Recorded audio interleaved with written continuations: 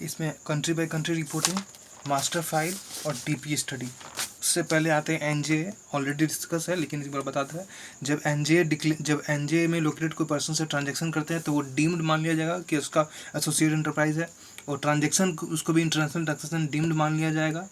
और tolerance band जो होता है एएलपी पे 3% वाला, वो टॉलरेंस बैंड भी नहीं मिलेगा, एएलपी लगाएगा, एलपी के हिसाब से टैक्सेबल होगा। और टीडीएस उसको 30% के हिसाब से काटना होगा। और जैसे ही इनकम रिसीव करा उसको एक्सप्लेन करना पड़ेगा कि वो पैसा सोर्स ऑफ फंड कहाँ से आया, और ऐसा नहीं हुआ तो उसका इनकम मान लिया जाएगा। अब आते हैं यहाँ कंट्री बाय कंट्री रिपोर्टिंग। ये वेब सेक्शन प्लान 13 की तरह आ रहा है। और यहाँ पे जैसे एक यूनिलीवर ग्रुप है तो उसका हिंदुस्तान यूनिलीवर है, पाकिस्तान यूनिलीवर है, और ये नेपाल यूनिलीवर है। तो ये सभी को यूनिलीवर ग्रुप जो वहाँ यूके यूएस जहाँ भी है उसको भी कॉन्स्टिट्यूएंट एंटिटी बोलेंगे, और एचयूएल ये सब सारा को कॉन्स्टिट्यूएंट एंटिटी बोलेंगे।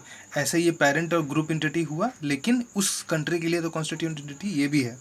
वैसे ही इंडिया में देखें तो अदानी ग्रुप है, तो अदानी हो गया फ्रॉम इंडिया, इसका इंडिया में ग्रुप कंट्री हो गया। यहाँ पे भी एक्सप्लेन कर रहे हैं होता क्या है, फिर एक्सप्लेन करें कब फाइल करना है। तो यहाँ पे ये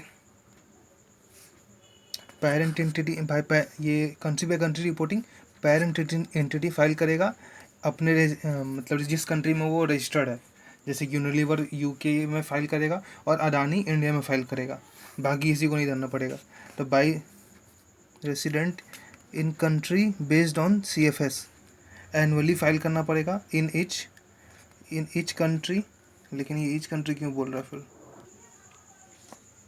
इन ईच कंट्री नहीं है ये, यहाँ पे इसको सारे कंट्री का रिपोर्टिंग फाइल करना पड़ेगा जहाँ भी वो बिजनेस कर रहा है, लेकिन फाइल सिर्फ पेरेंट कंपनी करेगा। कंट्री बाय कंट्री रिपोर्टिंग सिर्फ पेरेंट एंटिटी फाइल करेगा। इसमें अमाउंट ऑफ रेवेन्यू, प्रॉफिट और टैक्स बताएगा। रिपोर्ट में employment, capital, acquisition, earning, tangible asset ये सब बताएगा। और ये कब फाइल करना पड़ेगा, जब 6,400 करोड़ में बात हो रहा है, प्लस 6,000 में बात हो रहा है। तो 6,400 करोड़ से ज़्यादा होगा तब ग्रुप रेवेन्यू, अगर 6,400 करोड़ से ज़्यादा होगा, ऑफ रेसिडेंट पेरेंट एंटिटी, जिस कंट्री का वो रेसिडेंट है वही चेक करेंगे ना, सिर्फ वही कवर है यहाँ पे। तो अदानी फाइल करेगा 12 महीना from the end of the year, तो वो अपने रेसिडेंट कंट्री में फाइल करेगा CBC in 12 month from the end of the year. ये 6,000 CBC हो गया। अब यहाँ पे रेट ऑफ एक्सचेंज क्या लेंगे, ये इसमें डिफरेंट है, एक अलग वहाँ आएगा last day of account current year, लेकिन यहाँ last date of accounting year preceding the accounting year, लेकिन अलग एक जगह दूसरा कुछ लिखा हुआ है। अब ये बताएं, if parent entity is resident, parent entity resident है, तो अगर parent entity if non resident है तो जैसे यूनिलीवर है, फाइल तो वो करेगा, लेकिन उसके बाद यहाँ अलग नियम है कि जिस हर कंट्री को ये मिलना चाहिए CBC। फाइल वहीं पे करेगा जहाँ पे रेसिडेंट है पेरेंट एंटिटी, लेकिन हर कंट्री को चाहिए। अब कंट्री को नहीं मिलेगा तो उसका उपाय, जैसे HUL का तो वहाँ फाइल कर दिया, अब HUL यूनिलीवर का तो वहाँ फाइल कर दिया, अब HUL पे लाएंगे, HUL का भी तो चाहिए हमको। तो HUL फाइल करेगा कब, जब उस HUL if parent entity is non resident, example HUL, notify करना पड़ेगा at least 2 month prior to the due date, shall notify, उसको 2 महीना पहले बताना पड़ेगा ड्यू डेट के, CBC का जो ड्यू डेट है उसे 2 महीना पहले बताना पड़ेगा कि कोई और वेदर इट इज़ वो ऑल्टरनेट रिपोर्टिंग एंटिटी है या नहीं, या उसको फाइल करने का रिक्वायरमेंट है या नहीं। Detail of parent entity and parent entity का डिटेल देगा या ऑल्टरनेटिव एंटिटी का डिटेल देगा। फिर उसके बाद है if parent and to constitute entry को फाइल करना होगा, पेरेंट NR है, ठीक है, पेरेंट जैसे UL वाला ही आया तो कॉन्स्टिट्यूट एंटिटी को फाइल करने बोल देंगे। यहाँ तो बोले नहीं, यहाँ तो बोले 2 महीना पहले बता दो।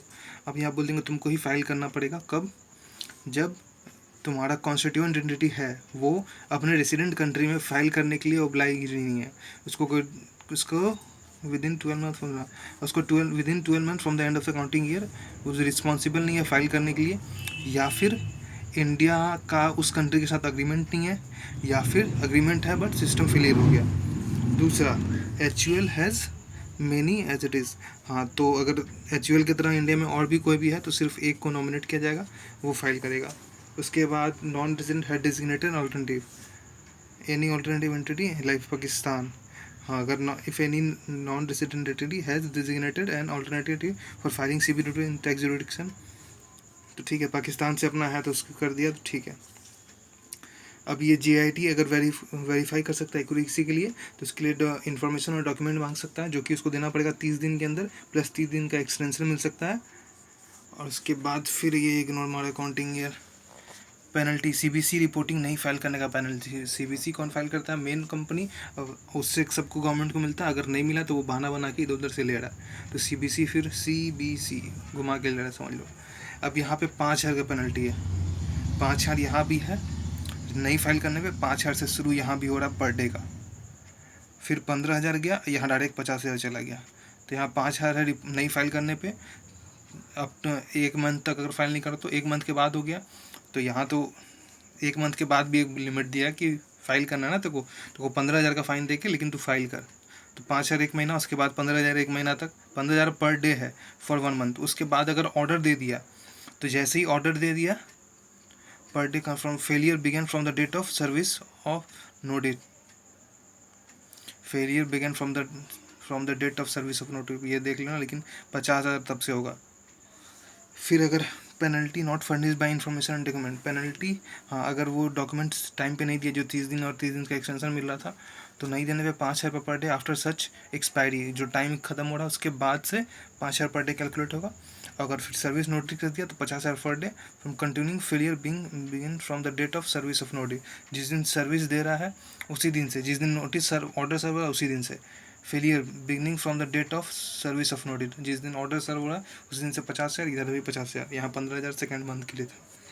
फिर इनएक्यूरेट दे रहा है इन्फॉर्मेशन, गलत इन्फॉर्मेशन दे रहा है तो 50,000 रुपये लगेगा, अगर इंटेंशन नहीं दे रहा है तो। अगर अनइंटेंशन था तो दिक्कत नहीं है, अगर इसको करने के बाद पता चल रहा है कि गलत इन्फॉर्मेशन की है तो उसको 15 दिन के अंदर करेक्ट कर देना चाहिए, ये सारा पेनल्टी माफ़ हो सकता है। उसके बाद आता है मास्टर फाइल। मास्टर फाइल, फिर यहाँ पे ये जो मास्टर फाइल है, बाय एवरी कॉन्स्टिट्यूएंट एंटिटी, जैसे कि सभी HUL भी अपने कंट्री में भी है और अदानी भी अपना कंट्री में कॉन्स्टिट्यूएंट एंटिटी बोलेगा, तो ये सारा अपना फाइल करेगा। पार्ट ए तो कंपलसरी फाइल करेगा। पार्ट बी के लिए कंडीशन क्या है? ग्रुप रेवेन्यू 500 करोड़ से ज़्यादा एक्सीड होना चाहिए, एंड इंटरनेशनल ट्रांजेक्शन है वो 50 crore 500 crore, and international transaction exceed 50 crore exceed करना चाहिए, या फिर जो इंटरनेशनल ट्रांजेक्शन के अंदर ये इंटेंजिबल एसेट है उसका 10 करोड़ ज़्यादा एक्सीड करना चाहिए। परचेज सेल ट्रांसफ़र जो है इंटेंजिबल एसेट का वो 10 करोड़ से ज़्यादा एक्सीड कर रहा है तो HUL ये सब भी है, सब फाइल करेगा। पार्ट बी कंडीशन हो गया ये 2 कंडीशन। तीसरा रेट ऑफ एक्सचेंज जो यहीं पे बता रहा कि last date of current year है, अभी कंट्री बाय कंट्री में करंट उसके पहले का ले रहा था, यहाँ पे लास्ट डेट अकाउंटिंग ईयर है। फाइल कब करना होगा? 30 नवंबर तक। फिर पार्ट ए तो mandatory for all, more than one in India designate करना पड़ेगा 30 दिन पहले। कौन सा? 8 साल तक मेंटेन करना पड़ेगा from the end of the assessment year. Master file के अंदर डिटेल क्या क्या होगा, address, legal status, ownership, ignore मारो, ये ठीक हो गया। अब आता है TPA study report. TPA study report एक तरह से एक हर कंट्री के लिए फाइल करना होगा, वो कॉन्स्टिट्यूएंट एंटिटी होगा, सॉरी वापस बताएंगे। ऐसे इंटरनेशनल ट्रांजेक्शन कब फाइल करना पड़ेगा TPA स्टडी रिपोर्ट?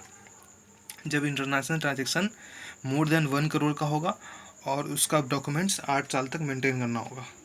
या मास्टर फाइल मेंटेन करने के बारे में बोल दिया। फिर AOCIT अगर इन्फॉर्मेशन मांग रहा है, वो जो TPA स्टडी रिपोर्ट मांग रहा है तो उसको 30 दिन के अंदर देना पड़ेगा from the date of notice, further 30 दिन का एक्सटेंशन मिल सकता है। फिर अगर TPA स्टडी रिपोर्ट तो ओनली 1 और से ज़्यादा तब 8 साल तक from the end of relevant assessment year. अब CA का रिपोर्ट फाइल करना पड़ेगा जब भी इंटरनेशनल ट्रांजेक्शन हो रहा है तो 1 मंथ बिफोर नवंबर, यानी 1 मंथ बिफोर रिटर्न फाइलिंग। अगर नहीं किया तो 1 लाख का पेनल्टी लग रहा है। 1 लाख का पेनल्टी कहाँ बताया है? 1 लाख का पेनल्टी यहाँ बताया, failure to furnish report of CA 271(1)(b। अब एक यहाँ पे failure to report any transaction would constitute misreporting of income. कोई ट्रांजेक्शन रिपोर्टिंग है तो मिस रिपोर्टिंग बोलेंगे, पेनल्टी 200% ऑफ टैक्स लगेगा।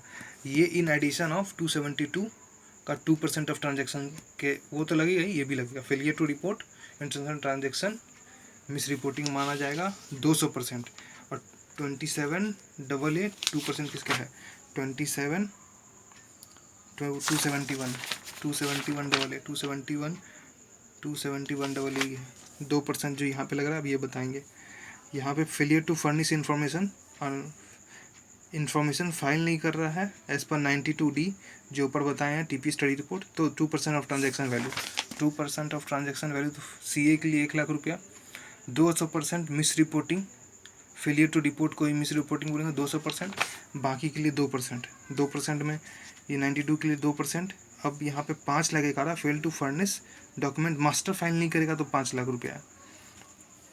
और CA का 1 लाख रुपया। फर्निश डॉक्यूमेंट 2%, इस पर भी 2%। यहाँ पे क्या है? फेलियर टू कीप, मेंटेन ही नहीं किया, कीप नहीं किया, मेंटेन नहीं किया। फेल टू रिपोर्ट, रिपोर्ट ही नहीं किया। Fail to maintain furnish correct. अब यहाँ पे ये 2% इधर भी लगेगा, 200% उधर भी लगेगा। डन।